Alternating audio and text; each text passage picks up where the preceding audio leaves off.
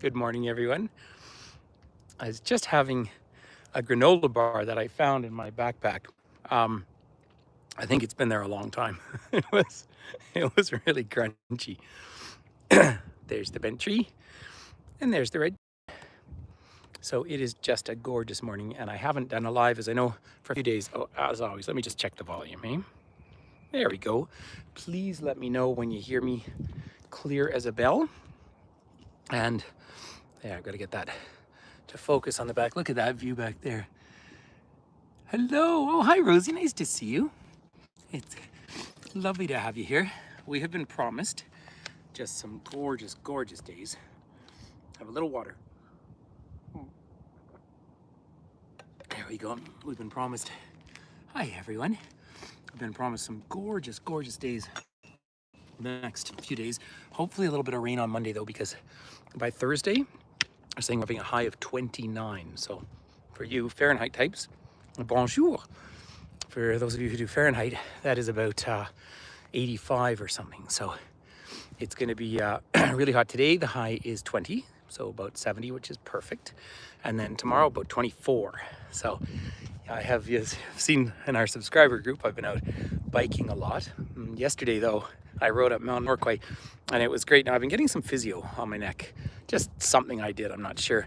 But between lifting weights and riding up the hill, my neck was really quite sore through the night. So I thought, I need to get some exercise. So I took my big bike, just rode to the base of this and hiked up. Hey, Nat, good morning to you.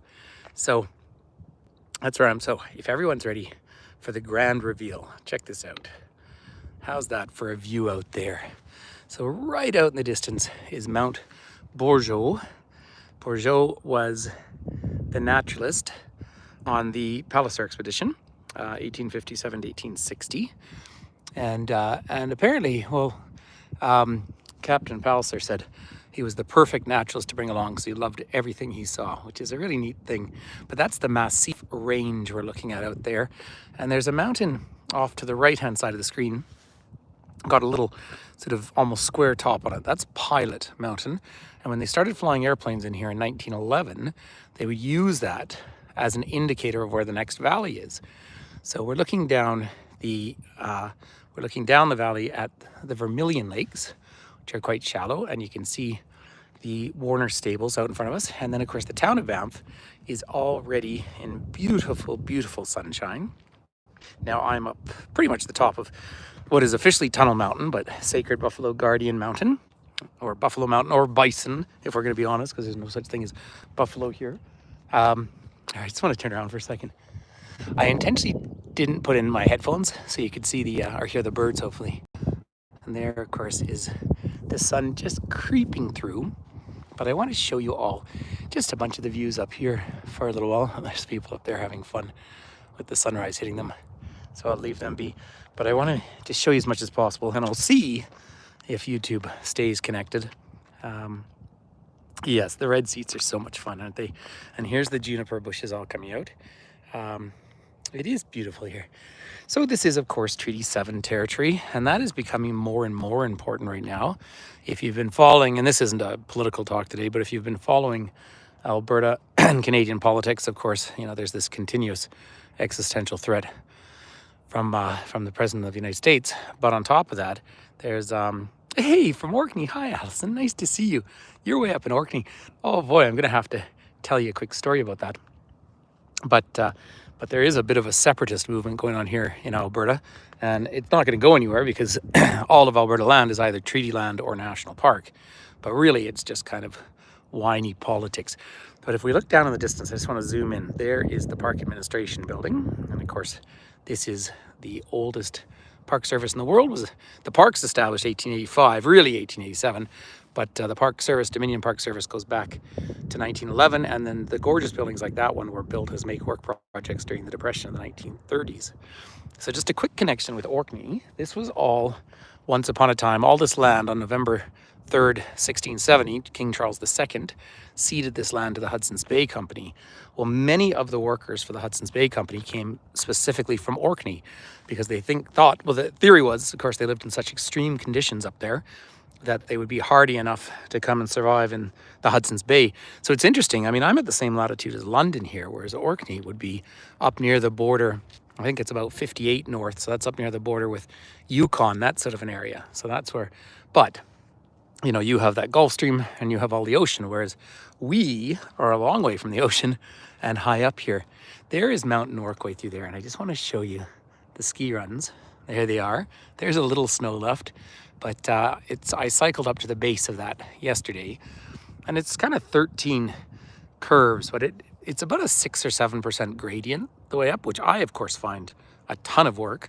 But and then I've been watching all the highlights from the Giro d'Italia, you know, the bike race, and they had one with an 18% grade. It is just, I mean, they are such incredible athletes. You know, that those long distance bike races, so hard, you almost feel like you need some chemical help. So these are the famous red chairs. They go back to 2017, Canada's 150th anniversary, excuse me. And it was kind of promotion of Parks Canada. And this is the granddaddy of all parks. And there's that bent tree that so many people have taken pictures of. People have asked me before whether this, excuse me, is ice out here. It is not. No, this is dolomite limestone. So this is the harder limestone. The whole top of this mountain was peeled off when the glaciers came down this valley 14,000 years ago. And what's left is this sort of hard base. So let's just wander up around for a minute. What a gorgeous morning. I got out of bed at 6:20, which for me was a sleep in. But when I looked out, I thought, oh, I just have to come out here. Look at this as well. The little wildflowers starting to peek out. Prairie crocus came out actually last time I was home. But now we're going to get more and more. I bet you I see a few the next day or so. There, ladies and gentlemen, is the Banff Springs Hotel down there. Tell you, so the other day I had a private tour with a very, very nice lady from California. She was a retired doctor, and her dream, or one of her, she's a traveler, but one of her dreams was to stay in that hotel specifically. I thought it was very nice. And she said I was going to come up in the summer, but the summer was going to be $2,000 US a night. So she came and stayed here midweek. Was it the 21st I toured with her, and it was still $1,100 a night. Can you imagine?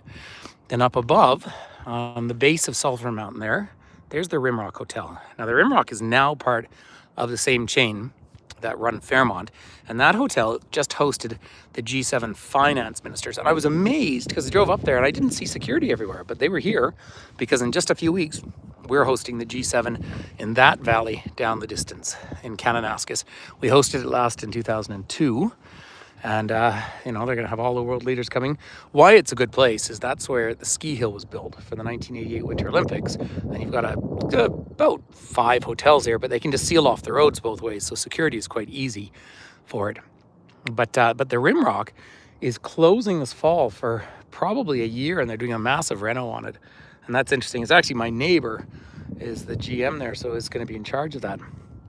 And then our actual town, well, just above the Banff Centre, of course, which is kind of our mountain university. That's down below us there. And this, because I'm going to be home most of the summer, I fully plan on going to some concerts and symphonies and that sort of thing. And then where I swim often is right by that. There's one white building. That's actually an old hotel there. That's near the canoe club. That's where I do the plunging all winter.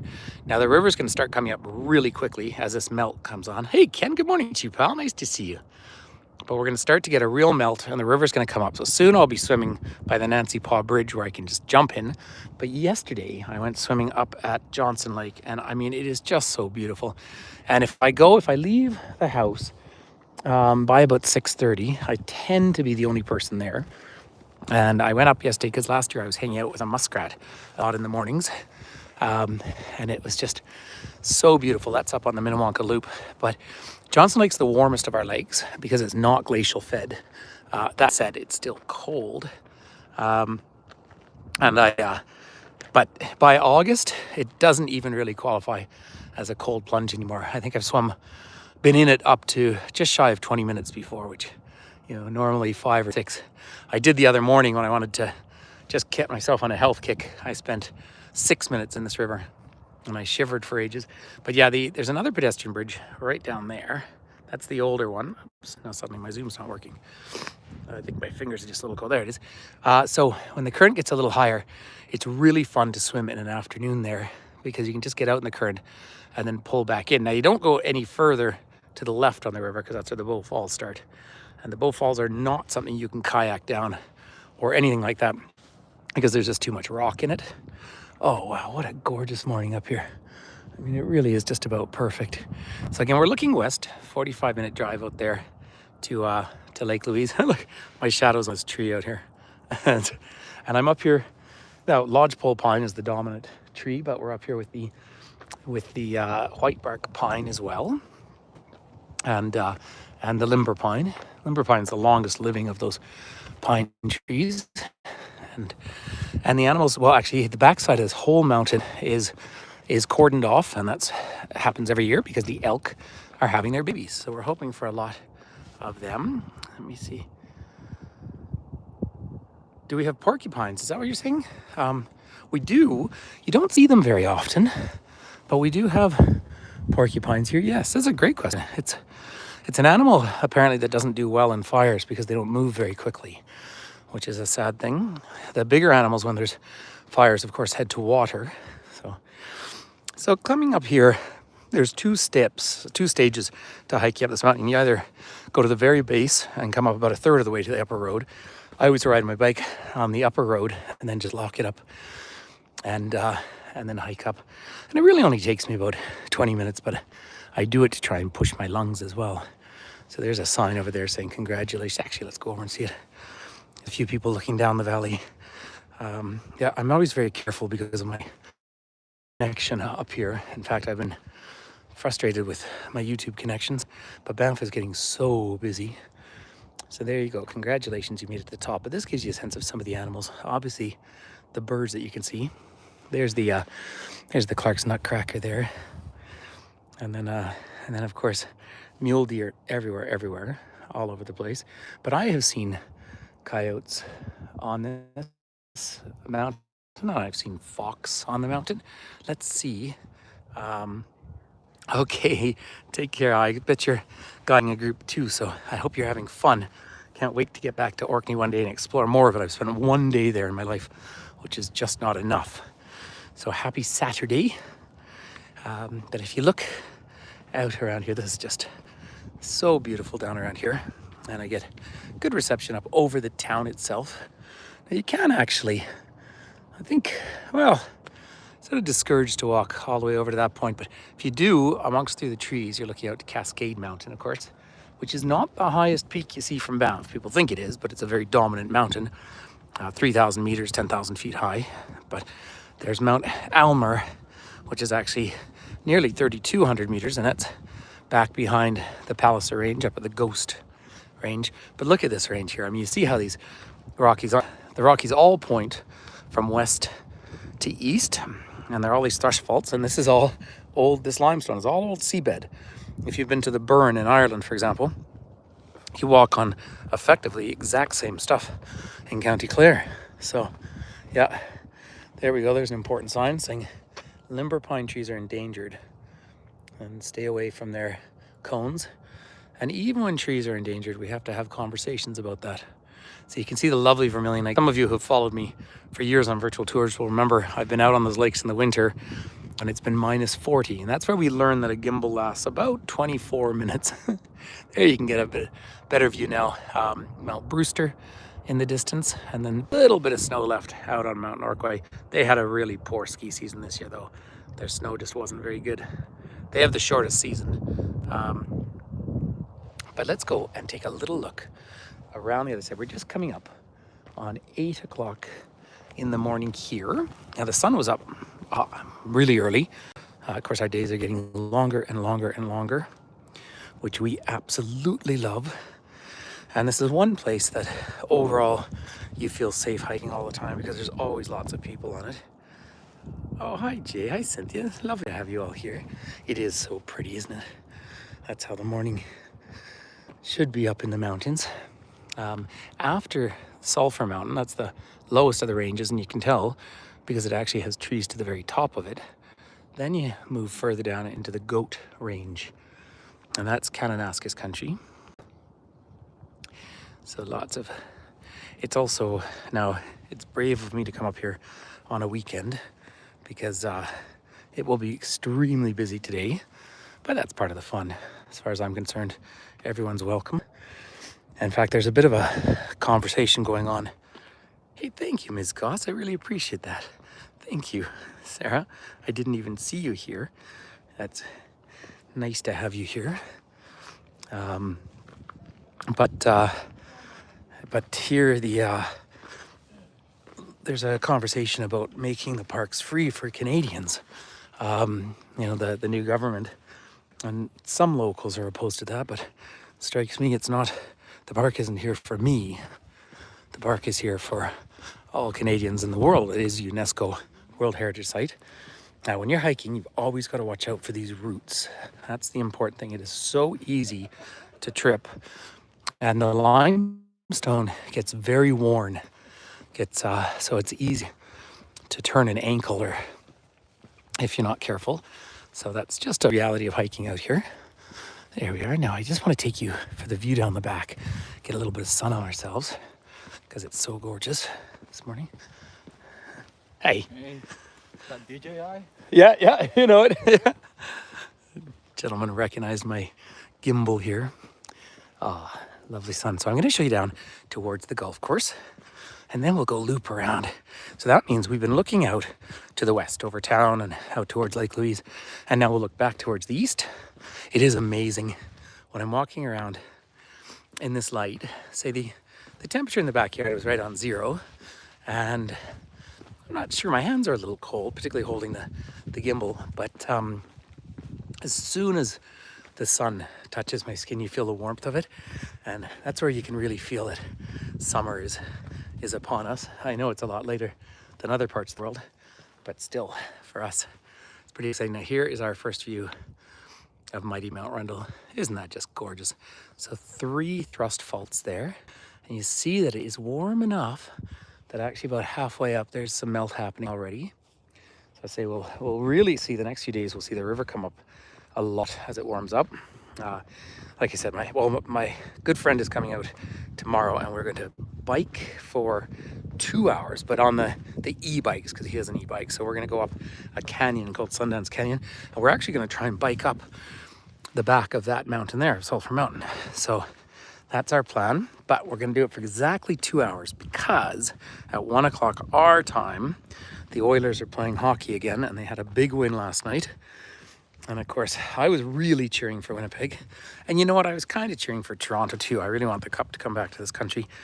But you are in hockey country here, and even if ice hockey is not your favorite sport, it just takes us over during the playoffs.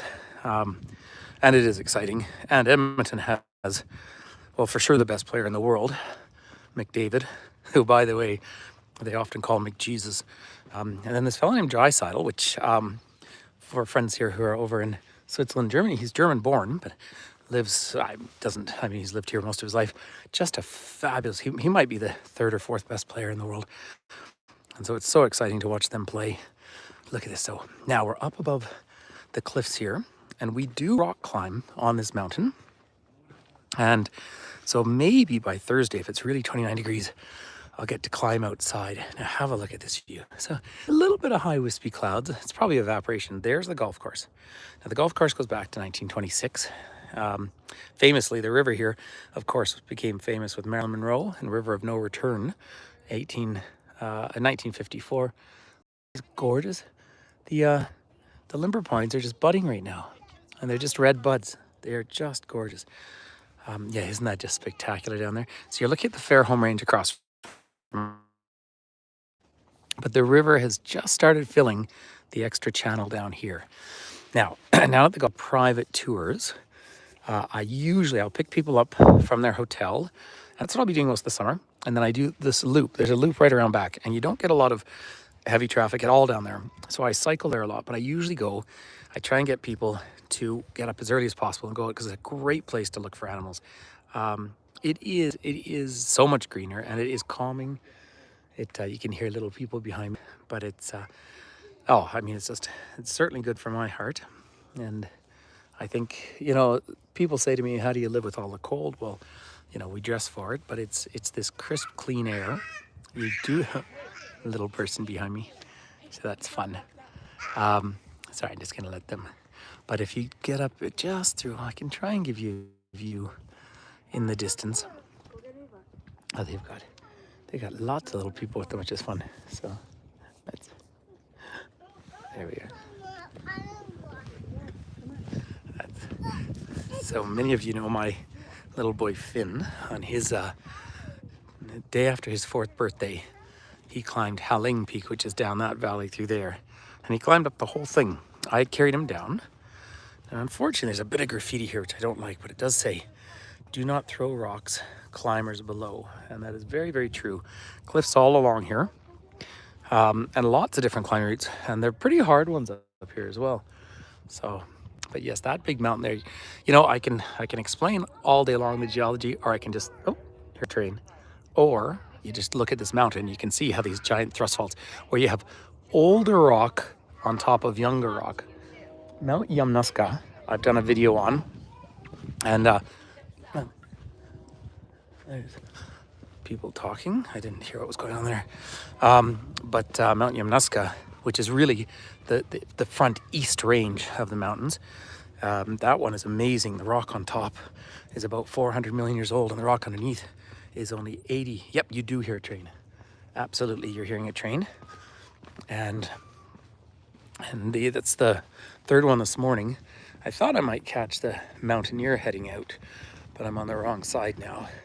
And I'm not sure. It tends to leave at 8 o'clock in the morning, and it's in full swing. A friend of mine actually runs the train station here, and we have been friends for years and years and years. And I'm very glad that she's got a good job and she likes it. Personally, the mountain here is not for me.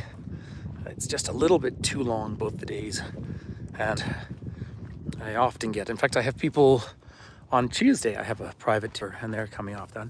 Danny, good morning to you. Hello there, you lovely person. Oh, and there's a little squirrel. You know, I've just come back from Eastern Canada where the squirrels are huge. Ours are kind of mid-size, but when you hear them starting to really chirp and make a lot of noise, then you know that a pine marten is nearby, or a predator. But pine martens are so cute, but they're not much fun for squirrels. So the squirrels and chipmunks, everybody is awake. The migratory birds are coming. I haven't seen a warbler yet. We'll see them probably next month. But yeah, you can hear the train out in the distance. But it's so nice to have everyone here. And our reception is held for 22 minutes so far, so that's good news. So again, when you look at all the scratches on the limestone here, that's because people wear cleats in the winter, as do I. You really have to. And as we're living through climate change, we're getting more kind of the extremes where we'll be very cold, but then we'll get above freezing. When that happens, it melts a little bit. And as soon as it melts a little bit, as soon as that happens, then it refreezes overnight, turns into sheets of ice. Now I want to try and give you a better view of the cliff faces. But I love, at the very base, I love walking around that. It's about a 7-kilometer loop to kind of walk around the base of this mountain. But right now, I wouldn't do it for love or money, because chances of running into an elk, either having a baby, is quite high, and they get extremely aggressive. The rest of the year are pretty docile. This, by the way, and there's so much light, it's a little hard to see, but this is all benchland formation through here. So the hoodoos are out there. In fact, I can see them in front of me, but I don't think you'll make them out on the screen, maybe. But that is just ground up mountain. That is why this mountain does not have a big top on it, because it was all ground into that. That feels like a sand, really. And that's so ground up, but that is really the reason you start to get the turquoise in the river now.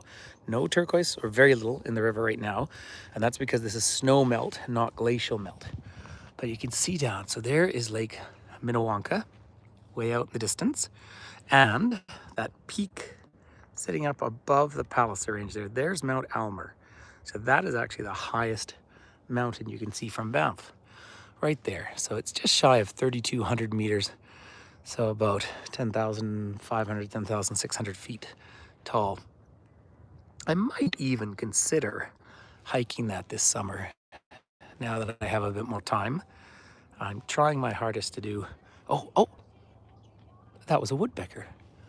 What a gorgeous, gorgeous birdie to see in the morning. I don't know if you're able to see it, but lovely to see. But yeah, all this down here, I can ride my mountain bike down through this section here. And there's actually a route. We're told where we can ride, and I agree with all of that because, of course, even mountain bikes can be quite destructive. Sorry, I just see another bird. What are you? You're a chickadee, are you? Hello. I think you are. You might hear the chirps. Oh, isn't it just gorgeous?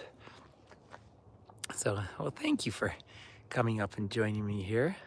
It is just stunning, isn't it? You know what? And it always is. It's just getting a little bit of a haze with the sun's coming up, and that says we're breaking above freezing. But say later on today, I'm going to go out. Ça fait plaisir.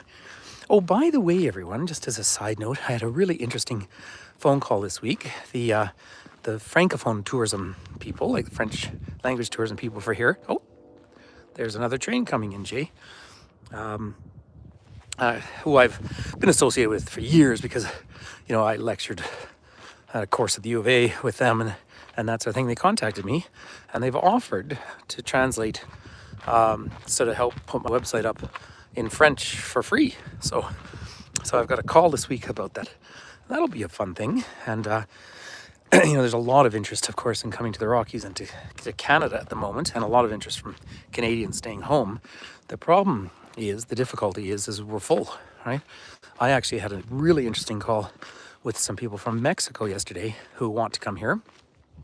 And I might do the website up in Spanish as well. But people who haven't traveled with me, but I've met before, and literally sent me a message that are you free for a call? We just would love to come and see the outdoors and all the sort of wilderness here. And then I said, yeah, absolutely come, but you just can't come to Banff in the summer right now. Like you got to book it a year in advance. So that's we'll see this summer how it feels. I'll give lots of different tours. In fact, I might even later today, maybe down on Banff Avenue, I might do a YouTube. I just want to show you here for 1 second. You can see the real cliff face here now. So in the meadow, you might see it down through the trees. Lovely meadow. That's where there's weddings all the time. And that's fun thing. So let's just curve up around one time. The best time, it's such a good question. Basically, school ends. I know that school in the States has already ended in a lot of states. School ends here at the end of June. And then the kids go back right at the end of August. Oh, I'm just going to get past a fella. Morning. The July-August period is just full. Just 100% full. May, this time, even a week ago, this is the absolute best time to see animals because they're waking up and they're hungry. I put up that little clip the other day of the mother bear with her 2 cubs. And then September is a gorgeous month, but you're still busy, and that's when the big tour groups tend to be here. And then as soon as you move into October, by mid-October, the bears are hibernating. So, there's different reasons to come different times of the year. I will say, though, I had this... is May your vacation period? Yeah, so May, it's just that there's still some ice on Lake Louise and things like that. So you don't necessarily get the turquoise colors, but you do tend to get more wildlife. And hey, by the way, pay attention to these signs, steep terrain, don't fall off a mountain. So, there's arguments for every time of the year. But earlier this year, of course, I did the trip up to Northwest Territories for the Northern Lights. And that group absolutely, it was as perfect a trip. But then I came and had 3 days here. And I did a full day out to Lake Louise and all that. And then we had a day where it actually snowed all day. And they just absolutely loved it, right? It was perfect, but it's a winter experience, and see different kinds of animals. But yeah, like yesterday morning, or then the other day when I was out on this private tour, in 4 hours, I saw 6 or 7 species. This beautiful limber pine here, gorgeous tree. So there we are down the valley. All right, ladies and gentlemen, I am going to start to hoof it down the path. So thank you for coming and hanging out with me here. Do watch. There's so much the next few days. I am going into Yoho Park both Monday and Tuesday with private groups, but Takaka Falls isn't open yet. I can never live stream from there anyway because no reception. But I do love Takaka. In fact, as soon as that road opens, I'm going to take my bike there because I love doing that ride. So it's so nice to connect. And thank you for your donations. I really appreciate that. It's very kind. And try and, at the very least, encourage, you're very welcome, but please encourage your friends or people to join our little subscriber group.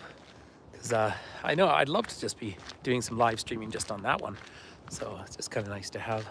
Anyway, it's a gorgeous morning, and I'm going to watch my step as I head down and go home and juice some greens. So take care, everyone. And it's good morning. There we are. All right, ladies and gentlemen, from Banff, peace and love. I wonder if I can get that to focus in a bit better now. Hey, ça fait plaisir.